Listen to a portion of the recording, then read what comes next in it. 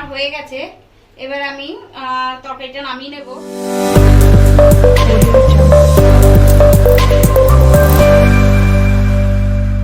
নমস্কার বন্ধুরা, আমার নতুন ভিডিও নিয়ে আপনাদের কাছে আবার হাজির হয়েছি।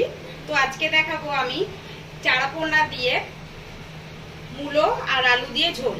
তো এখানে এর জন্য আমি চারাপোনা নিয়েছি। দেখুন, এটা বেশি না, 600 গ্রামের চারাপোনা আছে। এটাকে পিস পিস করে কেটে নেওয়া হচ্ছে। আর এখানে মূলো আর আলু নিয়েছি আমি, আর নিয়েছি টমেটো, কাঁচা লঙ্কা, পেঁয়াজ কুচি, কয়েকটা গোটা রসুন আর তেজপাতা, আর নিয়েছি এখানে আদা বাটা, আর নিয়েছি গোলমরিচ আর সাদা জিরে। এটাকে আমি বেটে নেব। আর এখানে যা প্রয়োজন মতন যা লাগে, নুন হলুদ। তো শুরু করা যাক আমার মূলো আলু দিয়ে পোনা মাছের ঝোল। তো সবার প্রথমে যেটা আমি করব, আগে আমি মাছের নুন হলুদ ভালো করে মাখিয়ে নেব। এর জন্য আমি নিয়েছি হলুদ, আর নিয়েছি লবণ,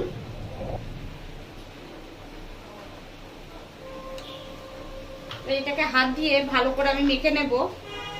নুন আর হলুদ ভালো করে মেখে রেখে আমি 2 মিনিটের জন্য রেখে দেব, যাতে নুনটা আর হলুদটা ভালো করে মাছের গায়ে লেগে যায়। আর এখন নতুন মূলো উঠেছে বাজারে, এর জন্য আমি মূলো নিয়ে এসেছি। আমার মূলো দিয়ে খেতে মাছের ঝোল খুবই ভালো লাগে, বিশেষ করে পাতলা করে। তো আজকে আমি এই রান্নাটা আমি পাতলায় ঝোল করব। তো দেখুন, এখানে আমার মাছগুলোকে মাখানো হয়ে গেছে। এবার এটাকে আমি 2 মিনিটের জন্য রেখে দেব, তারপরে সরাসরি চলে যাব ভাজতে। তো বন্ধুরা, আমি কড়া বসিয়ে দিয়েছি, কড়া আমার গরম হয়ে গেছে। এবার দিয়ে দেবো সরষের তেল।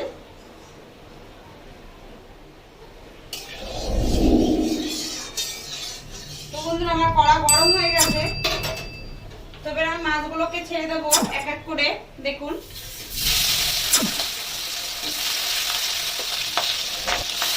জ্যান্ত মাছ তবুও পাচ্ছে।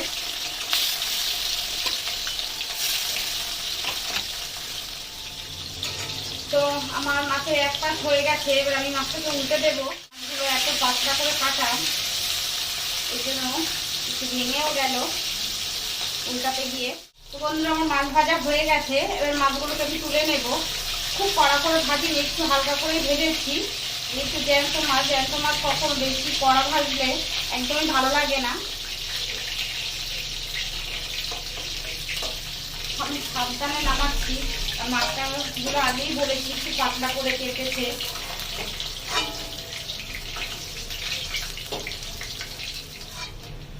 দেখুন, মাছগুলোকে আমি এরকম ভাবে ভেজে নিয়েছি।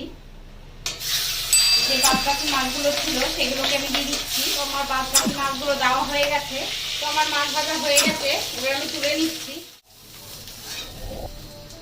তো দেখুন বন্ধুরা, আমার মাছ ভাজা হয়ে গেছে।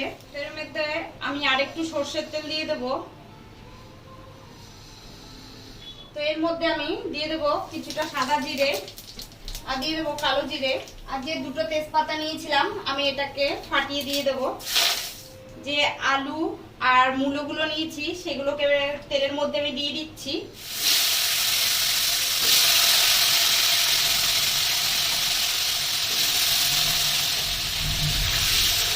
এর মধ্যে দিয়ে দেবো লবণ।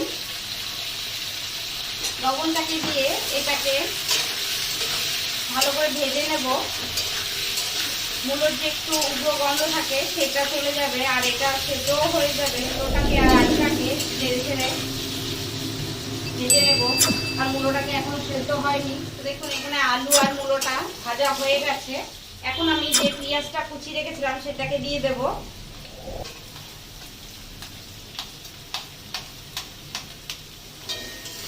পেঁয়াজটাকে দিয়ে আরেকটু ভেজে নেব, যাতে এর সঙ্গে পেঁয়াজটাও ভাজা হয়ে যায়।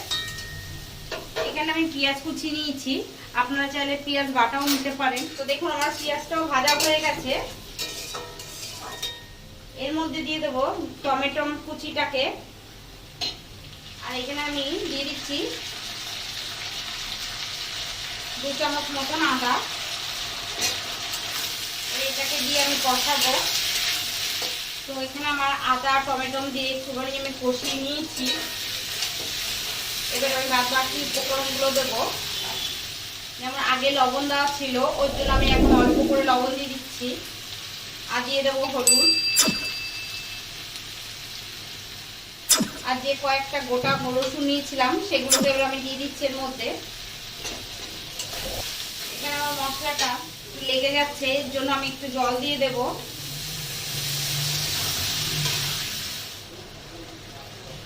দেখুন মূলোটাও সিদ্ধ হয়ে এসছে। তো দেখুন আমার কষানো হয়ে এসছে। তো এই সময় আমি দিয়ে দেবো একটুখানি লঙ্কার গুঁড়ো। এই লঙ্কার গুঁড়োটা দিয়ে আমি আরেকটু নেড়ে ছেড়ে নেব। যে কাঁচা লঙ্কাগুলো আমি চিড়ে নিয়েছিলাম এগুলোকে এখন আমি দিয়ে দেব।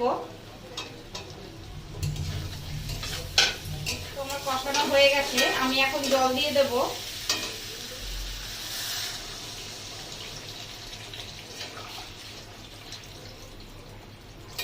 আমি এটা ঝোল করবো, ওর জন্য আমি একটুখানি জলের পরিমাণটা একটু বেশি দেব, কিন্তু তাতে আবার খুব বেশি দেব না। তো এটা আমার ফুটে আসার অপেক্ষায় রইলাম আমি। দেখুন ফুটে উঠেছে, আলু আর মূলো সিদ্ধ হয়ে গেছে। এবার আমি মাছগুলোকে দিয়ে দেবো ঝোলের মধ্যে। দেখুন মাছগুলোকে দিয়ে দিচ্ছি।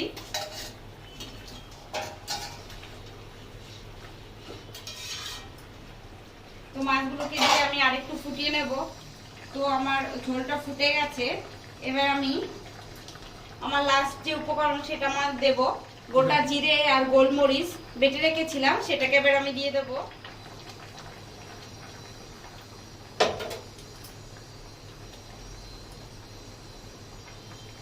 এটা নামানোর আগে দিলাম যাতে এই কাঁচা জিরের গন্ধটা আর গোলমরিচের গন্ধটা এই ঝোলে থাকে, এর জন্য আমি দিলাম। আর এই গন্ধটা আর স্বাদটা খুবই সুন্দরই আসে, এর জন্য আমি লাস্টে দিয়েছি। খুবই আলতো করে আমি নেড়ে দিচ্ছি, কারণ আমার মাছগুলো আগেও বলেছি যে পাতলা করে কাটা, মাছগুলো যাতে ভেঙে না যায়, এর জন্য আমি খুবই আস্তে করে নাড়ছি। আমার হয়ে গেছে তরকারিটা। এবার আমি গ্যাসটাকে কমিয়ে দেবো, কারণ আমি আগেই বলেছি ঝোল ঝোল রাখবো, এর জন্য আমি একটু ঝোলই রেখেছি। গ্যাস অফ করে দিয়েছি। এবার আমি দিয়ে দেবো এর উপর থেকে একটু ধনেপাতা।